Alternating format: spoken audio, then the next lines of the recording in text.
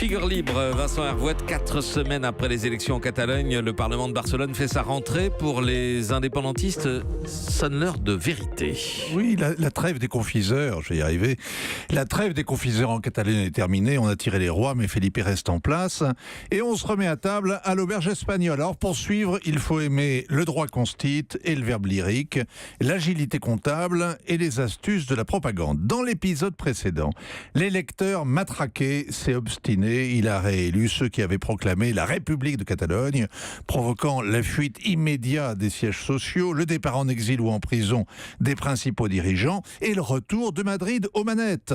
En additionnant leurs voix, les partis indépendantistes ont 47,5% des suffrages, ce qui leur donne une courte majorité à la Chambre. La question maintenant, c'est stop ou encore? Est-ce que les nouveaux élus campent dans leurs défis ou est-ce qu'ils négocient un compromis? Pour simplifier, est-ce qu'ils remettent Carlos Puigdemont au pouvoir ou est-ce qu'ils enterrent l'autodétermination?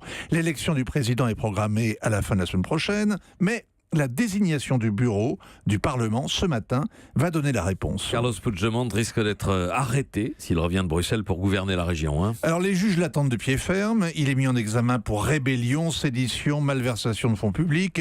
Et je passe sur une affaire de corruption que la justice vient opportunément de boucler, le racket des boîtes de BTP par son parti qui doit maintenant rembourser. S'il rentre, Puigdemont ira retrouver les 3 dirigeants catalans qui méditent depuis 2 mois sur l'étroitesse des esprits et des cellules chez les Castillans. Carlos Puigdemont n'est pas en fuite, il est le président légitime de la Catalogne en exil, nuance. S'il pouvait, il lancerait ici Bruxelles comme d'autres ont eu ici Londres.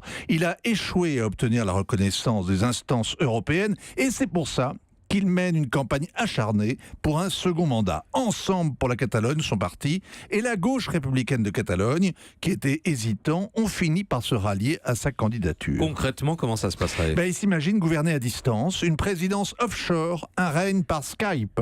Il envisage de faire son discours d'investiture par visioconférence. Alors évidemment, les services juridiques du Parlement, qui ont l'esprit aussi étroit que les Castillans, ont brandi le règlement. Pour être investi, le président doit être physiquement au Parlement et dialoguer avec les parlementaires. Le bureau du Parlement a le dernier mot pour interpréter ces textes. C'est pour ça que l'élection de ce matin est décisive. Le bureau pourra s'opposer demain aux juristes de la Chambre régionale, comme il s'est opposé hier à la Cour constitutionnelle à Madrid. Madrid a fait savoir que dans ce cas, il garderait le contrôle de l'exécutif. L'impasse sera totale.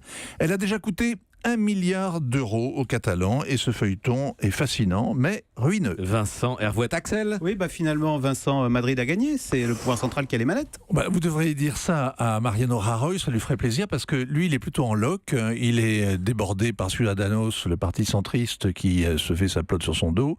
Il y a des victoires à la Pyrrhus. Lui, il a une défaite à la Pyrrhus. C'est-à-dire qu'il a perdu d'une manière lamentable l'élection du mois de décembre. Mais bon, effectivement, la situation est bloquée et il va falloir que d'une manière ou d'une autre, les indépendantistes fassent des compromis. Europe 1.